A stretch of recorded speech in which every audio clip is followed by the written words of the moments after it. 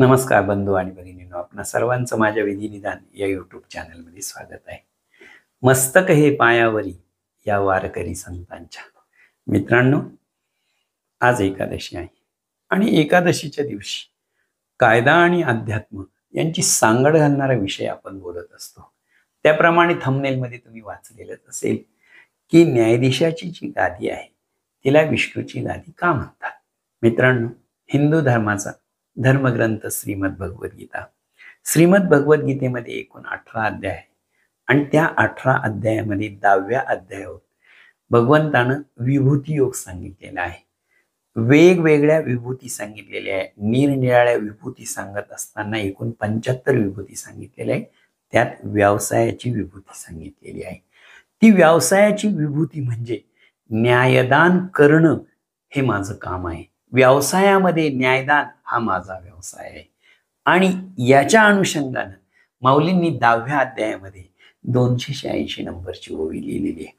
ओवी अशी आहे, जेने चोखाळत दिसे न्याय, तो व्यवसाया ते व्यवसाय, माझेच स्वरूप हे राय, सुरांचा म्हणी. ओवीचा भावार्थ असा आहे, जेने चोखाळत दिसे न्याय. चोखळ या शब्दाचा अर्थ आहे चोखळ. पाणी जर शुद्ध असेल तर तळ दिसतो. त्यात आपण आपलं प्रतिबिंब बघू शकतो. प्रतिबिंब त्याच पाण्यात दिसतं, ते पाणी अतिशय स्वच्छ असतं. तळ त्याच पाण्यात दिसतो, ते पाणी अतिशय स्थिर असतं. तसंच स्फटिक हे अतिशय चोखळ. स्फटिकामध्ये कोणताही डाग नसतो, अतिशय शुद्धता असते आणि शुद्ध असलं की ते स्फटिक असतं.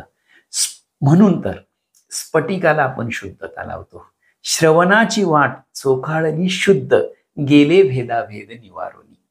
तुकाराम महाराजांचं प्रमाणे. मला इथे मुद्दा हा सांगायचा आहे, जेने चोखाळत दिसे न्याय. न्याय कसा असावा? निपक्षपातीपणे, पारदर्शक आणि शुद्ध. ज्या ठिकाणी निपक्षपातीपणे, शुद्धतेने आणि पारदर्शक न्याय होतो, तो व्यवसाया ते व्यवसाय. त्या व्यवसायामध्ये तो व्यवसाय माझे जे स्वरूप ते माझं स्वरूप आहे असं भगवंत सांगतात अर्जुनाला सुरांचा म्हण. ज्या जागेवर बसून शुद्ध, पारदर्शक आणि स्पष्टपणे न्याय होतो, निपक्षपातीपणे न्याय होत असेल तर तो व्यवसाय माझा व्यवसाय आहे आणि ते मी करतो असं भगवंत सांगतात. म्हणून माऊलींनी ओवी लिहिलेली आहे, जेने चोखाळत दिसे न्याय, तो व्यवसाया ते व्यवसाय, माझेची स्वरूप सुरांचा म्हणी. मुद्दा मला हा सांगायचा आहे. मग भगवंताचं स्वरूप कसं आहे?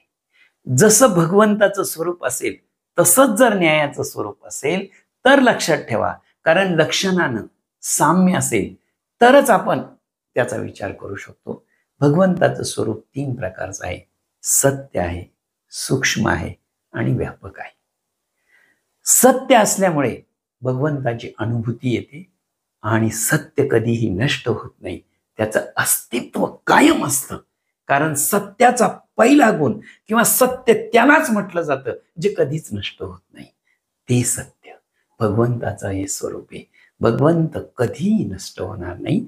भगवंताचं पहिलं स्वरूप आहे सत्य. दुसरं जे स्वरूप आहे ते आहे सूक्ष्म. भगवंत हा सूक्ष्म असल्यामुळे तो प्रत्येक प्राण्याच्या ठिकाणी प्रवेश करू शकतो, प्रत्येक आत्म्यामध्ये प्रवेश करू शकतो सूक्ष्म असल्यामुळे. आणि व्यापक असल्यामुळे तो जगामध्ये चराचरामध्ये भरलेला आहे. अनुरेणू या थोकडा, तुका आकाशा एवढा. अनुरेणूमध्ये त्याचा प्रवेश होऊ शकतो, आकाशामध्येही प्रवेश होऊ शकतो. म्हणजे सत्य, सूक्ष्म आणि व्यापक हे भगवंताचं स्वरूप आहे. आता आपण हेच 3 गुणविशेष आपण न्यायाला लावू. जर तिथे व्यवसायामध्ये, जर तिथे न्यायदान करताना न्यायदान जर सत्य झालं तर लक्षात ठेवा, सत्य कधीही नष्ट होत नाही. जर ते सत्याच्या आधारानं झालं तर जर सत्यावर न्याय झाला तर तो नष्ट होणार नाही. सूक्ष्म, त्याच्या आत्म्याला शांती मिळेल. ज्याला न्याय मिळाला त्याच्या आत्म्यापर्यंत तो प्रवेश करेल आणि तिसरी गोष्ट व्यापक असल्यामुळे समाजामध्ये प्रत्येक स्तरावर त्याच्याबद्दल आदर निर्माण होईल.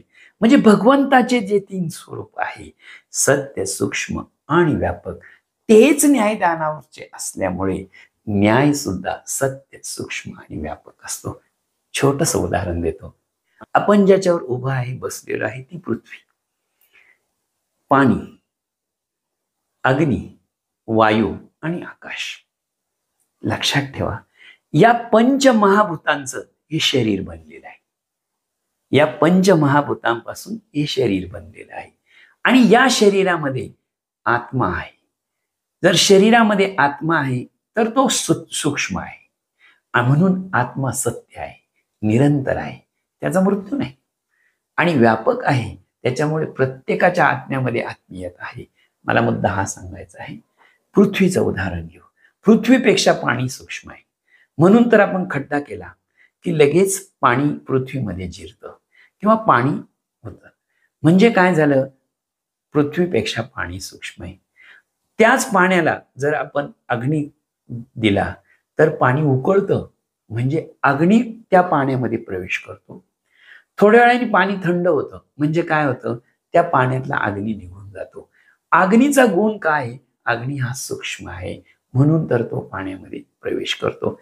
आता थोड्या वेळ त्याच अग्नी जर एखाद्या ठिकाणी छोटस आग पेटली आणि जर तिकडून वारा सुटला तर वाऱ्यामुळे काय होतं, तर अग्नी भडकतो. का भडकतो, तर वायू हा अग्नीमध्ये प्रवेश करतो, कारण अग्नीपेक्षा वायू सूक्ष्म आहे. आणि आता पुढे पुढे जर हा वायू आहे तर हा सर्व अवकाशामध्ये भरलेला आहे. म्हणजे हा जो वायू आहे, हा जो वायू आहे हा आकाशापेक्षा सूक्ष्म आहे, कारण तो त्याच्यामध्ये सामावलेला आहे. आता हे पंचमहाभूताचं पहिले सूक्ष्म आहे, सत्य आहे आणि व्यापक आहे. आपल्याला पाचींचा अनुभव येतोय. सत्य असल्यामुळे अनुभूती आहे, सूक्ष्म असल्यामुळे एकमेकात प्रवेश आहे, व्यापक असल्यामुळे सर्वत्र भरून राहिलेले आहेत. आता या पंचमहाभूतांचं आपलं शरीर बनलेलं आहे आणि आपल्या शरीरामध्ये काय आहे, आत्मा आहे. आत्म्यानं प्रवेश केलेला आहे की नाही? आत्म्याला जर प्रवेश केलेला आहे तर शरीरापेक्षा आत्मा सूक्ष्म आहे, शरीरापेक्षा आत्मा सत्य आहे, सत्य आहे आणि शरीरापेक्षा आत्मा व्यापक आहे, कारण तो प्रत्येकाच्या ठिकाणी असतो. आता नीट लक्षात घ्या, पंचमहाभूत प्रवेश करू शकतात शरीरात, शरीरामध्ये प्रवेश करू शकतो आत्मा आणि आत्म्यामध्ये प्रवेश करतो न्याय. आता तुम्ही म्हणाल कसं, तर एखादा मनुष्यावर अन्याय झाला आणि तो मृत्यू पावला आणि त्याच्यानंतर जर न्याय झाला तरी आपण म्हणतो त्याच्या आत्म्याला शांती मिळाली, म्हणजे आत्मा शरीरामध्ये, म्हणजेच न्याय आत्म्यामध्ये प्रवेश करतो. निर्भयाच्या केसमध्ये तिच्या आईची पहिली प्रतिक्रिया काय होती, तर माझ्या मुलीच्या आत्म्याला शांती मिळाली, कारण न्याय हा आत्म्यामध्ये प्रवेश करतो. मग मला मुद्दा हा सांगायचा आहे, जर भगवंताचं स्वरूप आहे, सत्य आहे, सूक्ष्म आहे आणि व्यापक आहे. सत्य असल्यामुळे अनुभूती आहे आणि निरंतर आहे, सूक्ष्म असल्यामुळे प्रवेश आहे आणि व्यापक असल्यामुळे तो सर्वत्र भरलेला आहे. हेच काम न्यायाधीशांचं आहे. जर न्याय सत्य असेल तर तो कायम टिकणारा असेल आणि त्याची अनुभूती येईल. सूक्ष्म असेल तर प्रत्येक आत्म्यामध्ये तो प्रवेश करेल आणि आत्म्यामध्ये प्रवेश केल्यानंतर त्याच्या आत्म्याला शांती लाभेल. आणि व्यापक असल्यामुळे योग्य न्यायदान झालं तर समाजातल्या प्रत्येक स्तराला जर योग्य न्यायदान झाले तर न्यायाच्या प्रती आदर निर्माण होईल आणि आदर जर निर्माण झाला तर न्याय हा व्यापक होईल. त्यामुळे भगवंताचे जे 3 स्वरूप आहे, सत्य, सूक्ष्म आणि व्यापक, तेच स्वरूप न्यायाचं आहे. न्याय हा सत्य असावा, न्याय हा सूक्ष्म असल्यामुळे, न्याय हा सत्यावर आधारित असल्यामुळे तो निरंतर असतो, त्याची अनुभूती समाजामध्ये येते. न्याय हा सूक्ष्म असल्यामुळे प्रत्येक आत्म्यामध्ये तो प्रवेश करतो. न्याय हा व्यापक असल्यामुळे सर्व समाजामध्ये, सर्व स्तरावर न्यायाची गरज आहे आणि न्याय हा बद्दल आदर निर्माण होतो. ज्याप्रमाणे भगवंताचं स्वरूप आहे सत्य, सूक्ष्म आणि व्यापक, तेच स्वरूप न्यायाचं असल्यामुळे न्याय हा सत्य, सूक्ष्म आणि व्यापक असतो.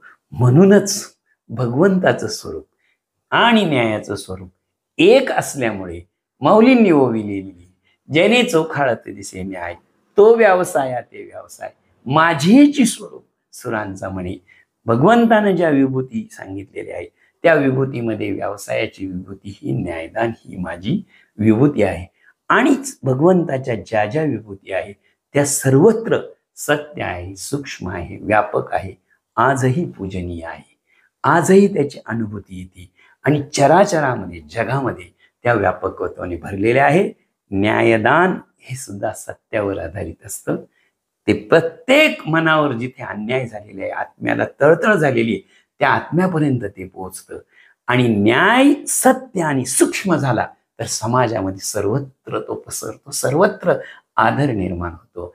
थोडक्यात भगवंताचं जे स्वरूप आहे तेच सत्य, सूक्ष्म आणि व्यापक, तेच न्यायाचं स्वरूप असल्यामुळे माऊलींची ही ओवी आहे, जेणे चोखाळते दिसे न्याय तो व्यवसाया ते व्यवसाय माझेची स्वरूप सुरांचा म्हणे. म्हणून आपण भगवंताची विभूती योगामध्ये न्यायदान ही माझी विभूती असल्यामुळे, भगवंताचं स्वरूप तिथे असल्यामुळे, त्या भगवंताच्या स्वरूपाची आसन नसल्यामुळे भगवंताची गादी समजलं जातं, त्याला विष्णूची गादी म्हणतो. मी जो अर्थ सांगितलेला आहे तो ह्या ओवीच्या अनुषंगाने सांगितलेला आहे. कारण ज्ञानेश्वरीचा भावार्थ किंवा गूढ अर्थ, पूर्ण अर्थ अजून कोणी केलेला नाही. माझी ती पात्रता मुळीच नाही, परंतु मी माझ्या परीने मला जे समजलं ते तुम्हाला सांगण्याचा प्रयत्न केला. जर व्हिडिओ आवडला असेल तर लाईक करा, शेअर करा, सबस्क्राईब करा. आपण पुन्हा भेटू अशाच एका व्हिडिओमध्ये. धन्यवाद.